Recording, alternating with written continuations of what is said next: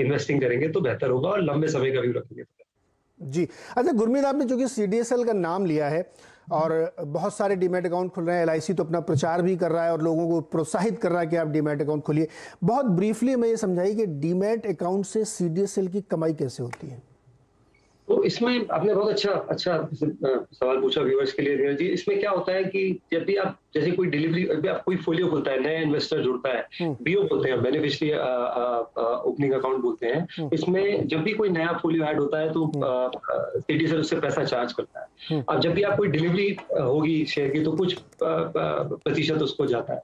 कोई भी corporate action होता है, आईपीओ है, बोनस डिक्लेयर हुआ है, डिविडेंड डिक्लेयर हुआ है, उसमें वो बनाता है। प्लस एक एनुअल इश्यूअर चार्जेस जो हम होते हैं डीमैट के, उसमें उसको अर्निंग मिलता है। ई केवाईसी, ई वोटिंग, तो बेसिकली एक तरीके का टेक्नोलॉजी प्ले है फाइनेंशियलाइजेशन पे।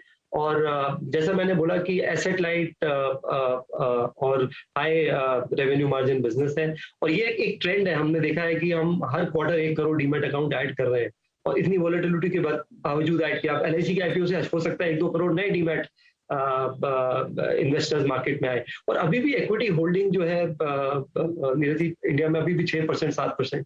तो हम अभी काफी पीछे हैं बाकी डेवलप्ड और इवन इमर्जिंग मार्केट से। तो ये transaction revenue, corporate action revenue, annual issuer charges और केवाईसी वोटिंग, ये 4-5 इसके रेवेन्यू मॉडल है। 70% जो रेवेन्यू आता है वो ट्रांजैक्शन और कॉर्पोरेट एक्शन रेवेन्यू का।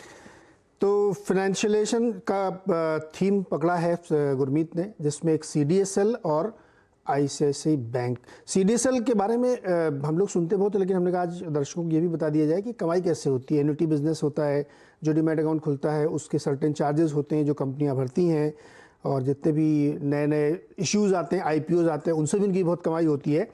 तो सीडीएसएल एक बहुत ही बढ़िया पिक बताई हमारे गुरमीत भाई ने।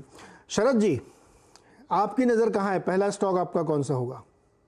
ये हमारा पहला स्टॉक होगा हमारे देश का सबसे बड़ा बैंक एसबीआई।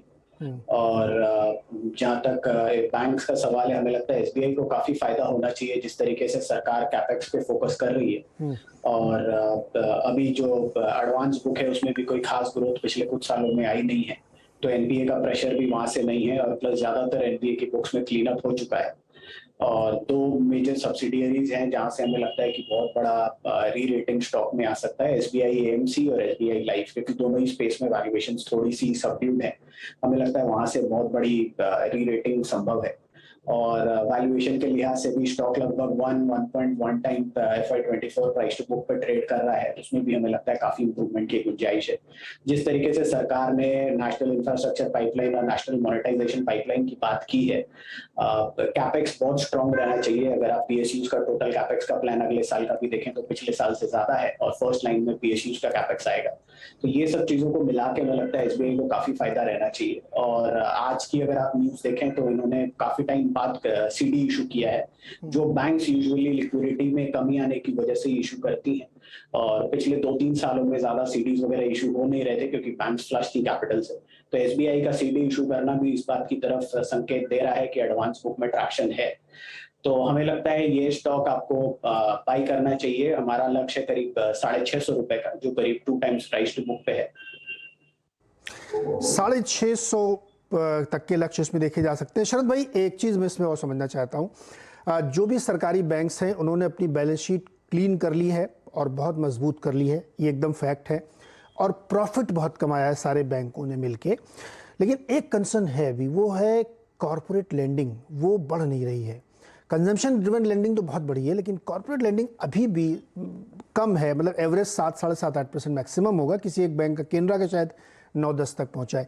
तो ये चिंता का कारण नहीं होगा? देखिए, मैंने आपको वही बोला कि बैंक ने पहली बार सीडी इशू किया है। आने वाले समय में हमारा ये मानना है कि जिस तरीके से कैपेक्स को बूस्ट करने की कोशिश है, हमें कोई रीजन दिखाई नहीं देता कि एडवांस बुक में ग्रोथ नहीं आएगी। पहला लेग पीएसयूज की तरफ से आएगा, और सेकंड लेग जब तक में आप पीएसयूज वाले कैपेक्स की रिक्वायरमेंट जो है वो आएगी बोरिंग की, जहां पीएसयू बैंक्स को हमारे हिसाब से प्रेफरेंस मिलनी चाहिए। और सेकंड लेग में जैसे जैसे सरकार की जो एनआईपी और एनएमपी की पूरी पॉलिसी है उसका असर आता है, वैसे वैसे एक काफी लंबी ग्रोथ, लॉन्ग टर्म ग्रोथ काफी तेज आपको टोटल एडवांस ऑफटेक में दिखनी चाहिए। प्लस इसके सेकंड लेग में हमें लगता है प्राइवेट सेक्टर भी कंट्रीब्यूट करना चालू कर देगा, क्योंकि जैसे हम डिफेंस ओपनिंग अप की बात कर रहे हैं या अदर क्षेत्रों में ओपनिंग अप की बात कर रहे हैं, वो सब कैपेक्स ओरिएंटेड सेक्टर्स हैं जहां बहुत स्ट्रॉन्ग डिमांड आनी चाहिए आने वाले समय में। जी, 309 रुपए की इस समय इसकी बुक वैल्यू है और करंट प्राइस है 483 रुपए। तो आप अंदाज़ा लगाइए कि बुक वैल्यू बहुत ही रीजनेबल है और लगातार इस कंपनी ने, इस बैंक ने अपने आप को सुधारा है। तो ये एक बेहतरीन स्टॉक आपके लिए हो सकता है जो अपने आप पोर्टफोलियो में रख सकते हैं। प्रकाश सर, बताइए आप क्या चुन के लाए हमारे दर्शकों के लिए पहला स्टॉक आपका? नीरज भाई, देखिए, जो गुरमीत ने छेड़ा है जो थीम फाइनेंशियलाइजेशन ऑफ सेविंग्स का, उसी को थोड़ा सा एक्सटेंड करके मैं करूंगा। जैसे इन्होंने सीडीएसएल की बात की, सीडीएसएल एक वो प्लेटफॉर्म है जहां पे आपके शेयर ओनरशिप जो है उसको डिजिटल फॉर्म में रखा जाता है, उसके ट्रांजैक्शंस को वो किया जाता है। लेकिन देखिए, फाइनली कारोबार तो ये सारा एक्सचेंज पे ही होगा। अब उसके लिए आपको स्टॉक एक्सचेंज के बिना तो काम होना ही नहीं है। और हम ये देख रहे हैं कि जो गुरुवार का जो मार्केट था, तब देख के ऐसे लग रहा था कि कोई भी मतलब आप सोचिए, एडवाइजर या सलाहकार की जरूरत नहीं। मार्केट जब गिरती है, पिटाई होती है, तो हर एक की होती है, चुन चुन के हर एक की होती है, मतलब कोई बाकी नहीं रहता। लेकिन शुक्रवार के मार्केट को देख के लग रहा था कि कोई भी चीज ले लो तो 5% ऊपर जा रही थी। होता ये है कि ये जो वॉलेटिलिटी का हम लोग जो नया दौर देख रहे हैं धीरज भाई, ये मैंने आज तक इतने 20 साल के करियर में नहीं देखा। और वॉलेटिलिटी का मतलब ये है कि एक्सचेंज की कमाई ज्यादा होती है। आप या मैं कमाए या ना कमाए, मार्केट हरे में है, नीचे या लाल में, लेकिन एक्सचेंज को तो पैसा मिलता ही मिलता है, चाहे पैनिक बाइंग हो या पैनिक सेलिंग हो। और मुझे लगता है कि जो बॉम्बे स्टॉक एक्सचेंज की जो टेक्नोलॉजिकल प्रोग्रेस है, जो उनकी क्षमता उन्होंने अपनी सुधारी है, बढ़ाई है इस सालों में, उसको देखते हुए लगता है कि इनका आगे चल के स्केल अप होना मतलब बहुत ही अनिवार्य है। मतलब इसमें कोई वो आपके ऑप्शनैलिटी तो है ही नहीं। हाँ, एनएसई की लिस्टिंग के लिए एक था कि एनएसई जैसे ही आएगा तो थोड़ा सा पैसा वहां भी बच जाएगा, लेकिन वो जब होगा तब देखी जाएगी। अभी तो जो संजोग दिख रहे हैं, और CDSL, by the way, CDSL की भी मालिकी काफी हिस्सा तो बीएसई के पास है ही है। तो अगर गुरमीत जी का कॉल सही है जो पड़ता है हर बार, तो मैं तो सिर्फ उसी का फायदा उठाना चाह रहा हूँ।